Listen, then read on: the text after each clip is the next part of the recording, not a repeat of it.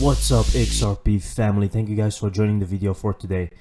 Here we have some interesting things going on. Here we have Vitalik Buterin actually saying again that XRP is centralized. And it's quite interesting because how can you say that when Ethereum is not very decentralized itself? And the thing is, we're not here to have a battle or a war against each other, right? And Brett Garlinghouse is also always saying that we shouldn't battle against each other. We should help each other to move forward so there can be clarity. But of course, Vitalik never speaks like that. You can see the difference in Brett Garlinghouse and, for example, Vitalik Buterin. There is a major difference in someone who is actually positive thinking and successful than Vitalik Buterin is just a weird guy. Of course, he's very successful in creating Ethereum and all that stuff, but to actually make this like comparison with Ripple and other coins to say that they are centralized is just weak, right? So let's take a look what he's saying.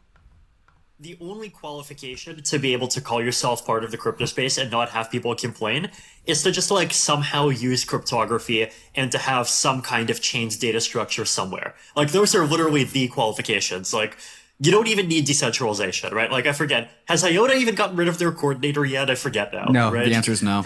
Right. Like XRP, right? Like, you know, they're like still completely centralized and, but, you know, at the same time, they are, you know, on CoinMarketCap and, you know, still, I think, haven't apologized for writing documents into the, to the US government, basically saying that they should be favored over Bitcoin and Ethereum because Bitcoin and Ethereum are China controlled. I think that there should be a way to talk about Ethereum that doesn't implicitly, you know, lend credence to the, you know, the Lunas and the XRPs and the IOTAs and the Bitcoin Satoshi's visions of the world, but that still does leave room for kind of valuing the good and the honorable things that are happening in other ecosystems, right? And here we have David Schwartz actually replying all this time, and he still doesn't understand, or is pretending not to understand that Ripple is a company and XRP is a digital asset. He thinks XRP can say things, right? He's kind of mocking him and memeing. But again, you can see, guys, that he doesn't understand anything about XRP. If he did a little bit of research, someone with his mind would understand that XRP is decentralized. But he just keeps saying that because he's afraid, guys. He's afraid XRP is a major competitor for Ethereum. It's one of the evilest competitor because it's way more efficient, right? And that's the problem. Right now, Ethereum is a bit more bigger, of course, and it has longer in terms of smart contracts and all that stuff, but XRP Ripple just started with NFTs, for example, and you cannot compare XRP Ledger with Ethereum because it's so much more efficient. So, fam, understanding and regulating 21st century payment system, the Ripple case study. Ripple is an open source tech moving currencies cross-border seamlessly as sending an email. Ripple should and will become widely adopted. 2016 article. Very interesting. Here they're talking about Ripple, how it should be massively adopted. Fam, the Ripple case study. Approach is weak because many of the rules simply do not make sense when applied to Ripple. Not only do rules make little sense as they apply to Ripple, they also do not meet international standards of quality financial regulation. Here you can see Ripple mitigates this risk because XRP can bridge otherwise illiquid currency pairs if every currency is liquid. With respect to XRP, every currency becomes liquid to every other currency. Regulators are cracking down on DIPP's non-compliance with AML KYC laws. In fact, the Financial Crimes Enforcement Network assessed a $700,000 civil money penalty against Ripple Labs for selling its virtual currency. Currency, guys. So they actually made it clear that it's a currency. Again, telling you that XRP is not a security. Wall Street still trying to vilify crypto. I would change this article title to "Crypto is not money, it is critical technology to run blockchains." Again, guys, remember, I've been saying this in my past videos as well. The negative narrative that is in the news right now, it's always like this before we go on a major bull run, right? And what a better time than now, while you can stack everything so cheap. Think about this, guys. Think about this. Think about the mistakes that you made previous bull run. Think about those mistakes and correct them now, because now is the time. CFTC website is very interesting. They actually show this document here where you can see how does blockchain work, and then what are blockchain and distributed ledgers. Here they say Ripple's token XRP. Interesting, right? Here they say on this right lane, they say not necessarily needed bespoke tokens, consensus via known trusted validators, also Ripple. And then here they also put Ripple. So what they really mean by this is that it's too early, right? But we already know, guys, that a lot of banks are actually using Ripple right now. And of course, this is an old paper as well, where they were still, actually here you can also see that they are favoring Ethereum, because here you can see FTX US Derivatives LLC is licensed, regulated, and supervised by the CFTC. And this document is from the CFTC, right?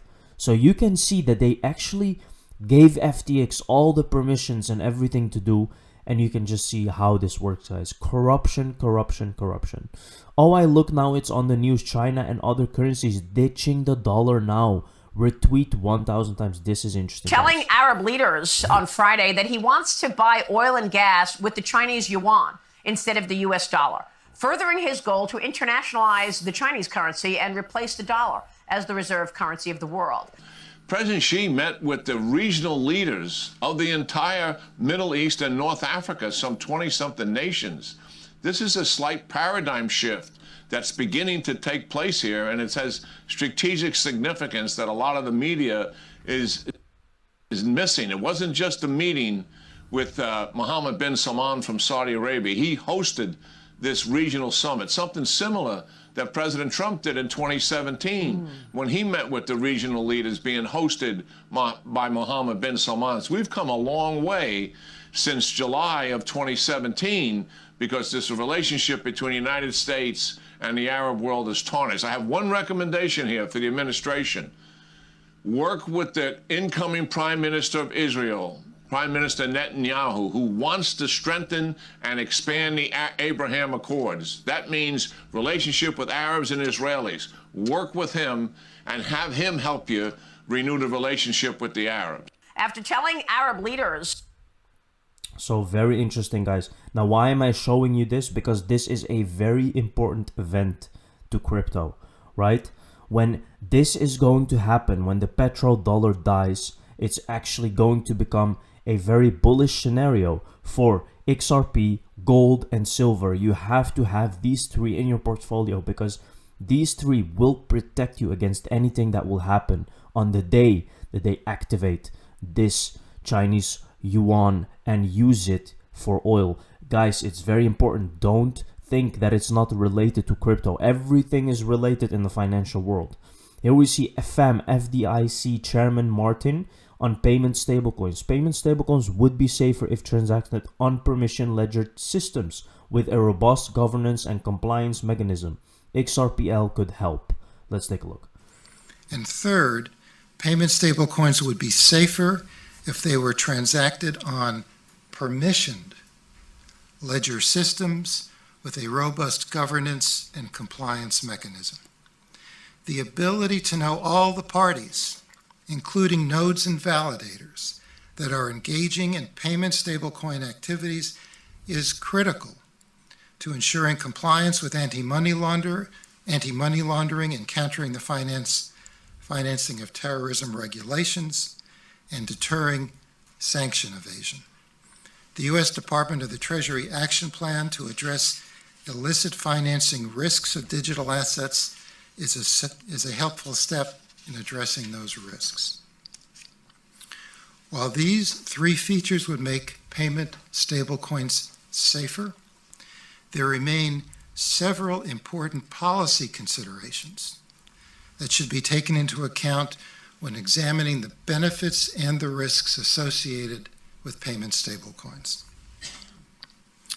The development of a payment stablecoin could fundamentally alter the landscape of banking.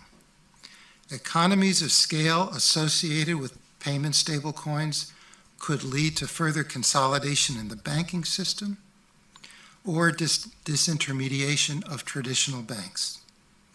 And the network effects associated with payment stablecoins could alter the manner in which credit is extended within the banking system, for example, by facilitating greater use of fintech and non-bank lending, and possibly leading to forms of credit disintermediation that could harm the viability of many U.S. banks and potentially create a foundation for a new type of shadow banking. This in turn raises important policy questions. For example, should non-banks be allowed to offer stablecoins, or should the issuance of payment stablecoins be limited to banks and prudentially regulated bank payments? Very, very interesting, guys. I hope you guys are ready for what is about to happen and what is coming. You can clearly hear him talking about making payment stablecoins. And remember, XRP is seen as a stablecoin, but at a very high price. Thank you very much for watching the video, guys. See you in the next one. Cheers.